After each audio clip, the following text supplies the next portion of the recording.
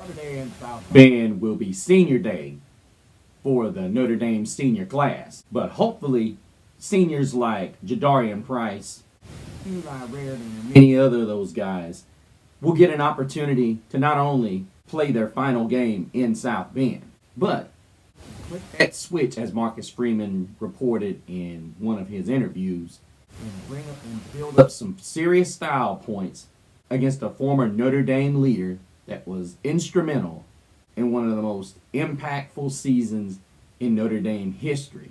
But he's wearing a different uniform. Should we still celebrate him? I'll go over that and give you the keys to Notre Dame's game of Talk Like a Champion.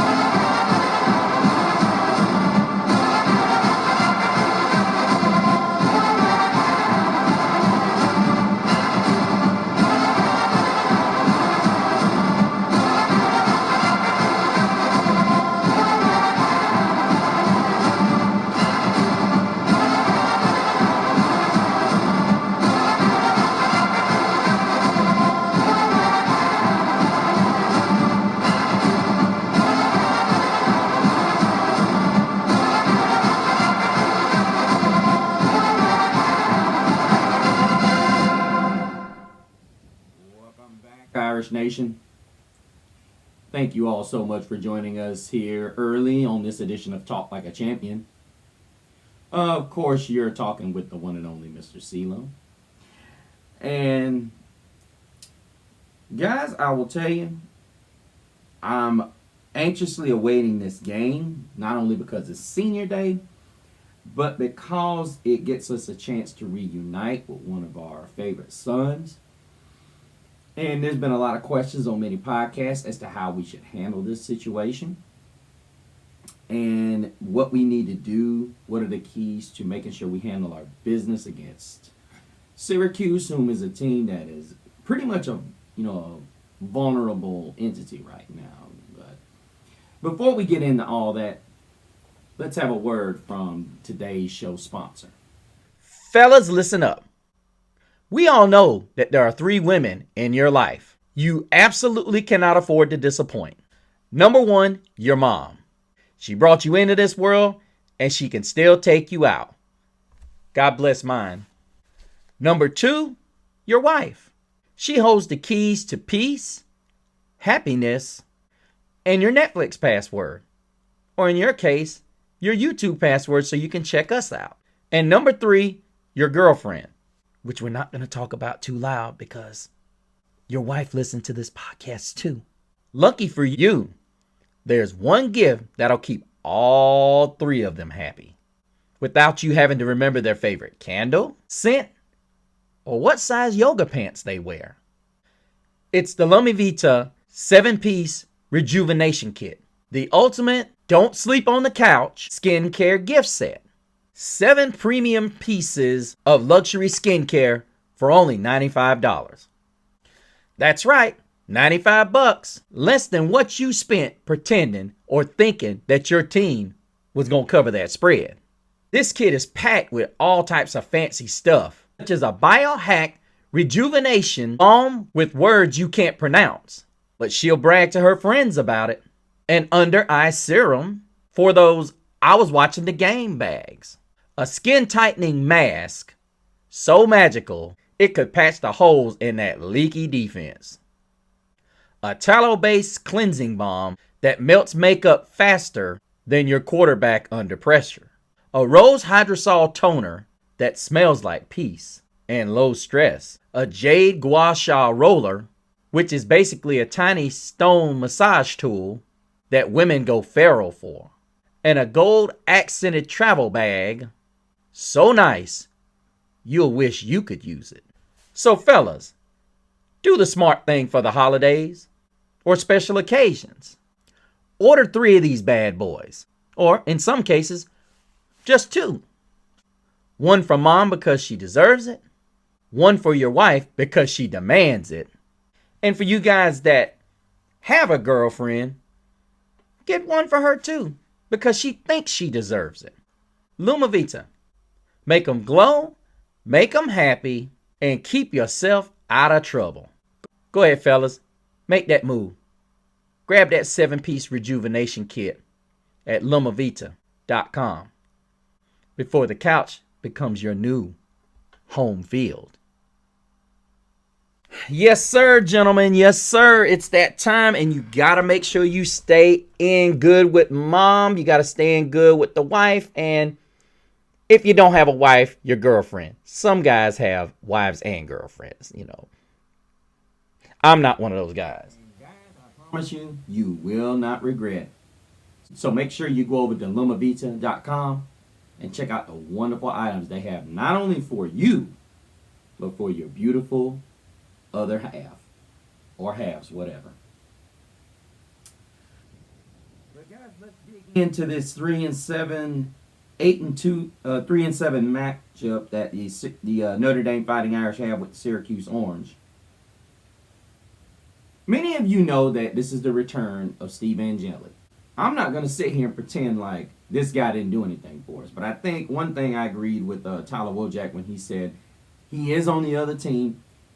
He partially made a decision. He didn't make that decision by himself. That's one thing I wanted to clear up with Tyler Wojak. The guy's been here. He paid his dues. He know he can play. He had to go. So this is not a situation where I felt like it was all Angeli. I felt like in a situation, this is a guy that's not going to continue to use up his eligibility just by holding a clipboard. You know, you can't say, oh, I don't blame him, and then, I mean, look, I get it. He is the enemy. He is the enemy. But I'm still going to have compassion for a guy who, as good as C.J. Carr has been, I can honestly look you in the eye and say, look at what Angeli's done at Syracuse. It is just absolutely disappointing to see him not be able to get out there and do what he did, especially how efficient he's been in the games that he was, and they pulled that win against Clemson, and you just absolutely feel horrible for him. And yeah, it's just absolutely a terrible situation, and you hate it for him. But he is on the sideline, hopefully, and we will. I would definitely hope that they give him a nice warm welcome and return back to Notre Dame Stadium, because ultimately, like I said, I felt like he could have been a major piece to this offense. Look, players make steps in. I mean, you can look at a kid from spring, and then as soon as he comes back from fall, he has just hit a switch. I really don't. Yeah. And you look at Angeli over in Syracuse, and he was really balling out.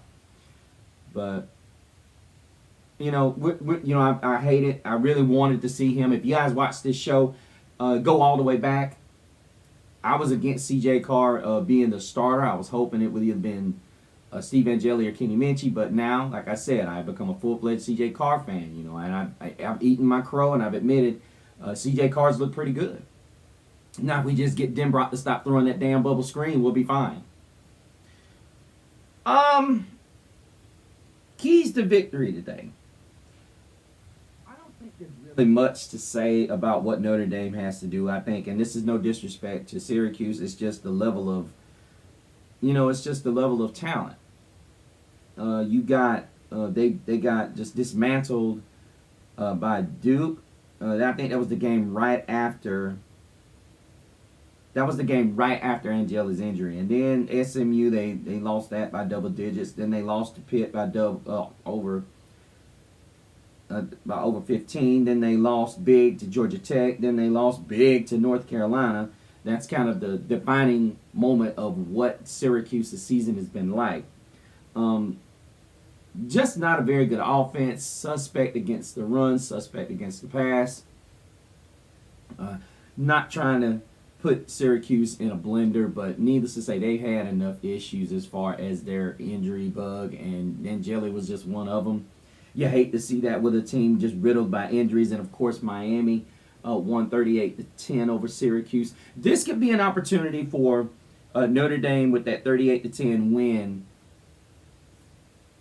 as a measuring stick. If Notre Dame, and this is where I say I hate doing this, but unfortunately Syracuse is probably going to have to be the victim here. And I think ultimately that's what it's going to be. Syracuse becoming the pig being led to the slaughter. Because right now this is not a good situation to be in. Now, I'm not saying Syracuse is not going to come out and fight. You know they're not going to do that. They're going to come out here and, hey, Angeli will probably have these guys amped. Saying, let's ruin their senior day. But I think the major keys to victory is to make sure we just take care of our business up front. You know, I think I kind of gotten, a little bit soft on this Eli Reardon anytime. If you guys watch Locked On Irish, Wojak had been saying for like weeks that the anytime Eli Reardon touchdown was in effect. I think it's hugely possible today on senior day. I'm going to go out on the limb and say that anytime Eli Reardon touchdown is in full effect. So if I can get to a betting station or an app, I'm going to throw that bet down. Because I think this is going to be one that Eli Reardon is going to get in. I thought last week he was insanely close. And how ironic would it be for him to get in on senior day? I think Marcus Freeman and Denbrock are going to make a point because he's arguably one of the best young tight ends. And I think the NFL is going to start seeing that. I was watching this show, you guys. I want to make sure I get it right because I love the name of the show. I love the name of the show. I think it's The Playbook right now. I want to get this right, you guys. Because I was watching this show last night, and it was very good. He was talking about... He was breaking down the game, you guys, and on Notre Dame, the Film Guy Network. That's what it's called. Sorry about that, you guys. And he didn't know who Eli Reardon is. Didn't even pronounce his name correctly. And we're not going to hold it against him. He did some great breakdowns. But he was talking about how much of a man Eli was. And guys, we've known this. 6'7", 252 pounds. And then the flat-footedness. I mean, the fleet-footedness. What am I talking about, flat-footed? What a dumbass! Exactly. But what really got me more than anything else was they didn't really see the athletic ability of Eli. And I think, y'all guys remember when we first talked early in the season, I said Eli Reardon was just an absolute monster. And you had so many people that said, go in the transfer portal, go in the transfer portal. I only wanted anybody to go in the transfer portal for a tight end because if he got hurt. Eli Reardon, listen, this is another Michael Mayer type player. The only difference is I like Eli Reardon's athleticism more than I do Michael Mayer's. Eli Reardon is one of those guys that is just, if he was on another team, the guy would be Tyler Warren, Brock Bowers. And this is where I think Denbrock has not done a good job. I understand you got Jeremiah Love, and he's... This is why I say Jeremiah Love is so special, because you got guys like Eli Reardon and you got Malachi Fields on the same team. And let's not forget Jordan Faison and Jadarian Price. He still gets all the attention. Now, realistically, Denbrock's going to have to, at some point, understand that Jeremiah Love may be the focal point of a lot of defenses, and you're going to have to break defenses out of that habit. I get the part that many of your defenses are going to basically, in a nutshell, stay on that route. However, what you have to realize as a coach, you got a multitude of facets that you can have at your disposal. Not to mention a lot of guys that you have not used this season. And they've done a great job when their numbers have been called. I'm not saying we expose anything during this matchup with Syracuse, but I will say this. I think valuable playing time for guys like K.K. Smith, Aeneas Williams are in order.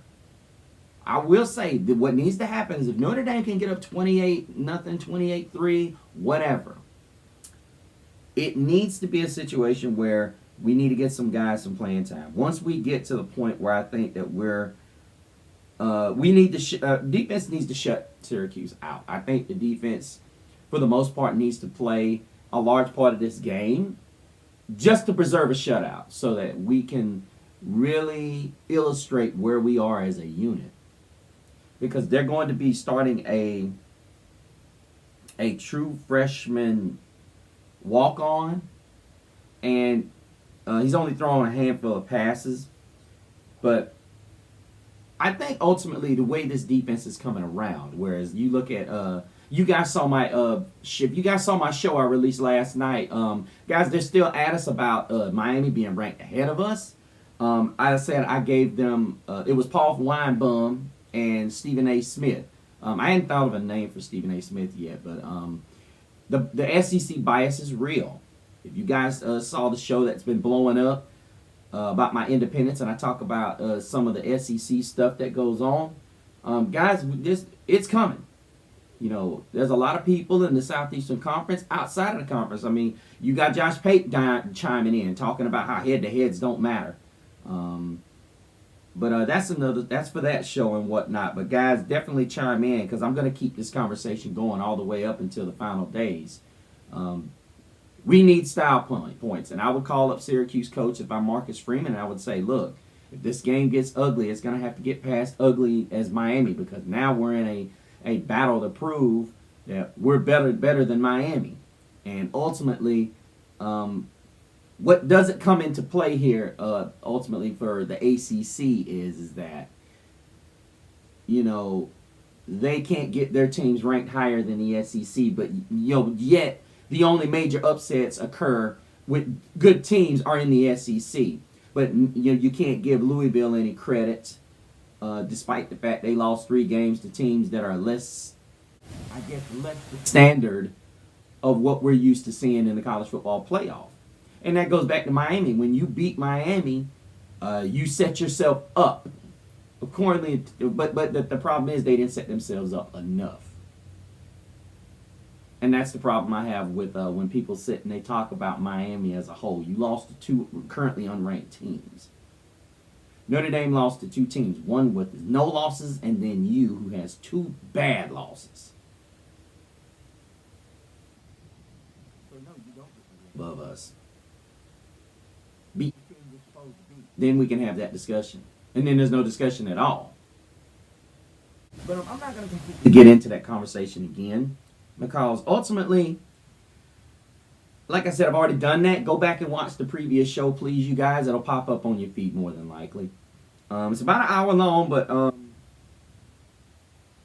I got a really good review from my buddy Brad. And I'm so grateful for all of y'all that come in and y'all really give your top-notch opinion.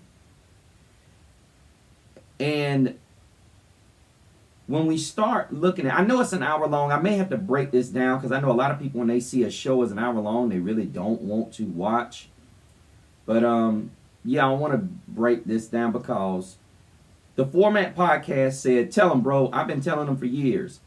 Now that the NIL is for everybody, all of a sudden, everything is different. That's exactly right.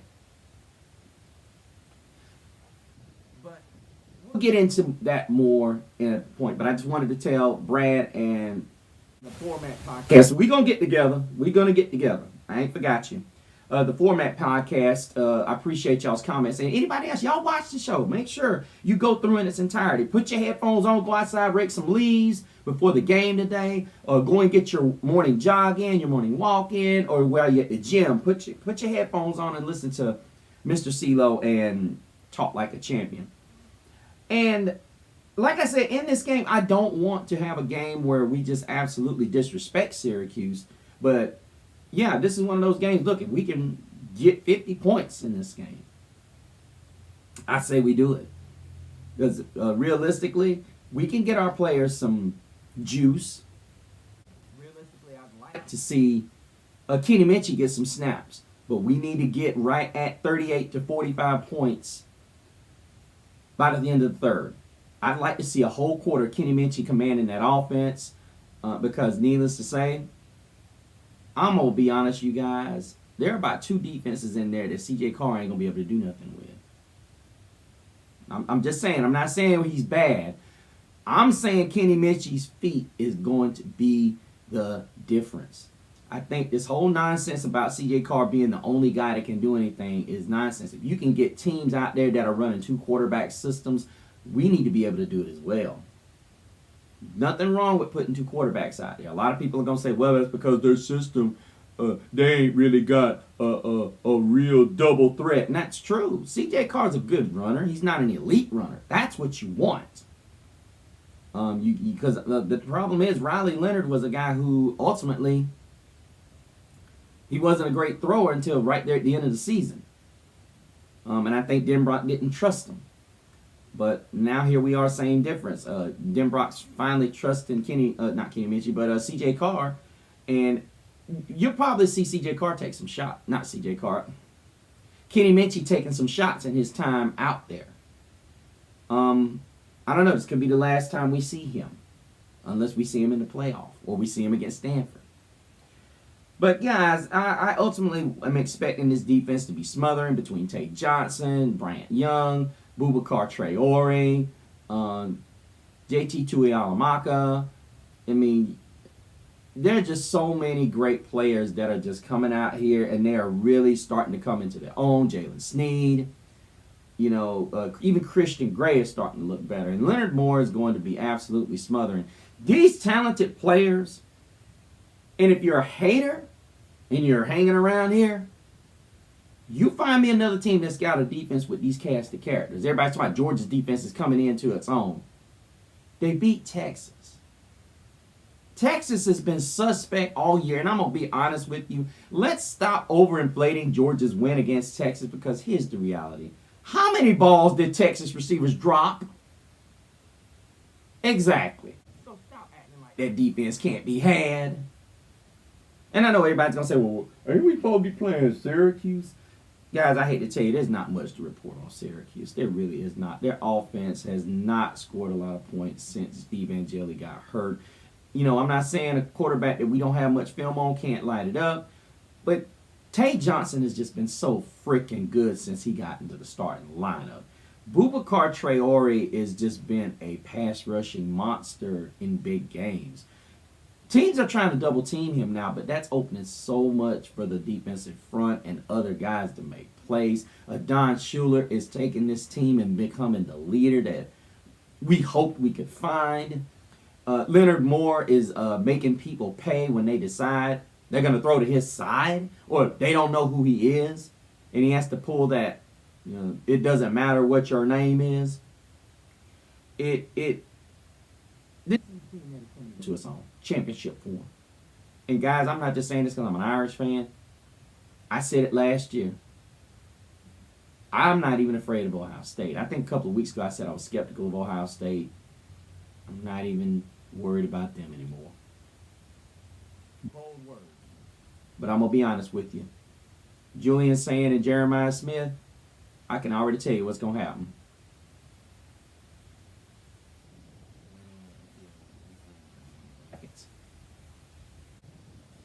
Giving honor to our seniors on Senior Day. Please, you guys, without further ado, help us honor the 2025 seniors on Senior Day.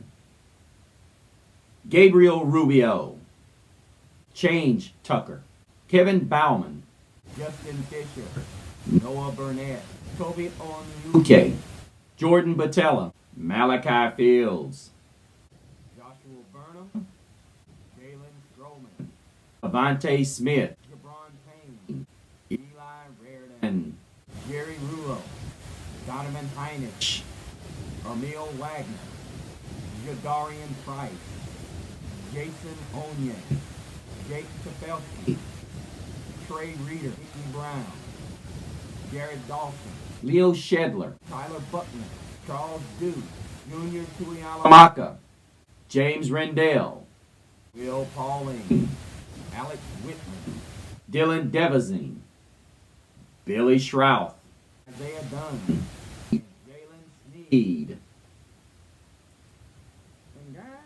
I'm gonna tell you, these guys have brought some serious memories to Notre Dame, even our transfer seniors. We look to send them out with a bang.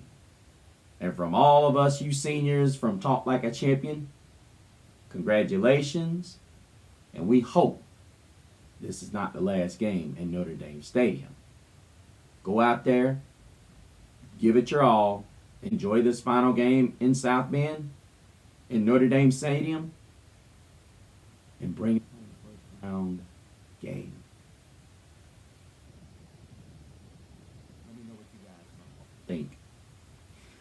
You guys are getting ready to face off against Syracuse. If you guys think that there was something I missed, or if there's a player that I improperly pronounced his name, please let me know.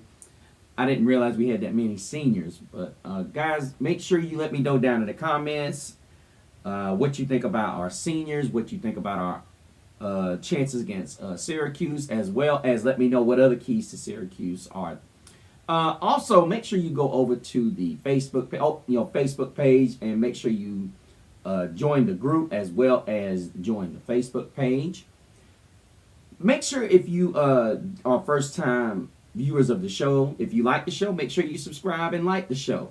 Make sure you hit that bell notification so that you will get all the shows as they drop. Finally, make sure you go over to my Instagram if you want to keep up with me and my shenanigans over at Instagram at Mr. Celos. Make sure you follow me and drop a line to me so that I do read. So I know it's a little bit slow, Brad. Brad's telling me to be more active on my platforms on Facebook, but yeah, and I will. But until we meet again, may the road rise up to meet you. May the wind be always at your back. May the sun rise warm upon your face. May the rains fall soft upon your fields. And until we meet again, may God hold you in the palm of his hand.